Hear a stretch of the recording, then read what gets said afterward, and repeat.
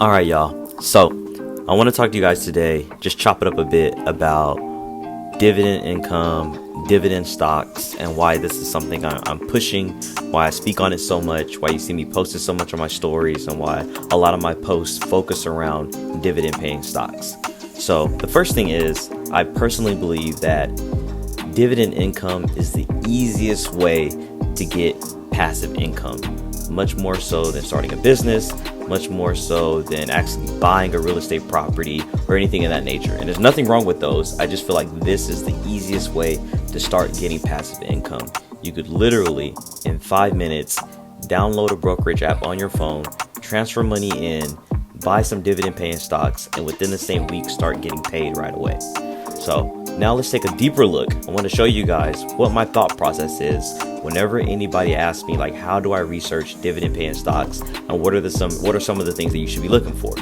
So the first thing that I do, and a few of you may already have heard me talk about this website before, the first thing that I do is I go to seekingalpha.com. And what we're going to use here is we're going to use AT&T as an example. So AT&T, currently trading at $29 a share, is paying 52 cents per dividend. That means for every one share I buy at roughly $30, AT&T will give me or pay me 52 cents just for owning that share. Now, some of the things that we look for and some of the things to understand is this dividend scorecard that Seeking Alpha has put together. So we're going to go step by step just to give you guys an understanding, starting off with this first bit of information right here called the dividend yield. And the easiest way to think about or to understand the dividend yield is basically, if the stock price was not to move, not to change at all for the rest of the year, what will be the percentage back that you would be getting in total dividend income for that year? So at AT&T trading at roughly $30 a share, their dividend yield is 7% with an annual payout of $2.08. So if you did the math on that, it would be about that. It would be about 7% that you would be getting back, which just off of the top is quite phenomenal compared to anything that you're going to get just leaving your money in a regular savings account in a bank. You're not going to get anything like that. So that's what your dividend yield is. Basically, if the stock price wasn't to change, this is how much in percentage. You can kind of almost think about it like interest. This is how much you're going to get back percentage wise based on the dividend amount that they're paying. Now, obviously, the annual payout ratio is pretty self-explanatory.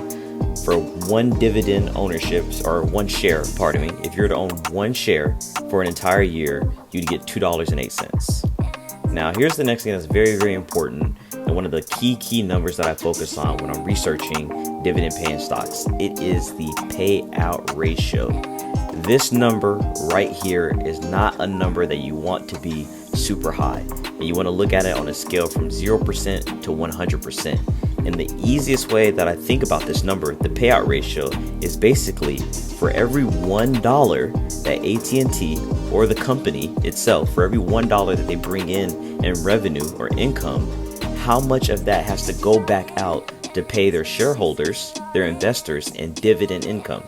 So for every $1 that AT&T makes, they basically have to give about 65 cents back out to pay all their shareholders. So now you can see, if a company has a high payout ratio like 90%, 95%, 85%, basically all of the money that they're getting in revenue is going back out to pay shareholders. The reason why this could be a problem is they no longer have much room to expand their market share. We're talking about open new stores, develop new products or services, expand their customer base, offer new features, things of that make the overall customer experience a better one, and maybe even more importantly, how are they going to continue to operate as a business if most of their money is going back out to pay shareholders? So when you're looking at a company that's paying dividend paying stocks, you want to make sure that this payout ratio is a relatively low number. Now, obviously, each of us will have a different threshold internally that we're comfortable with. Just as a rule of thumb, you kind of want to stick with something that's about the 65% mark, like AT&T and below. There are exceptions to this instance that we'll take a look at in a minute, but we'll touch base on that later. Now, the next thing you want to understand about this dividend scorecard is the 5-year growth rate. And it's relatively important. It kind of gives you an indication within the last 5 years, has their dividend increased? And so in the last 5 years, yes, indeed, AT&T has raised their dividend pay. So 5 years ago, it was less than 52 cents. So it's a good sign that's showing within the past 5 years, their dividend has increased 2%. And then a big number or a big bit of information to really focus on is their dividend growth, kind of for the maximum amount of data or lifetime that Seeking Alpha has info on. So for the last 36 years consecutively, AT&T has increased their dividend.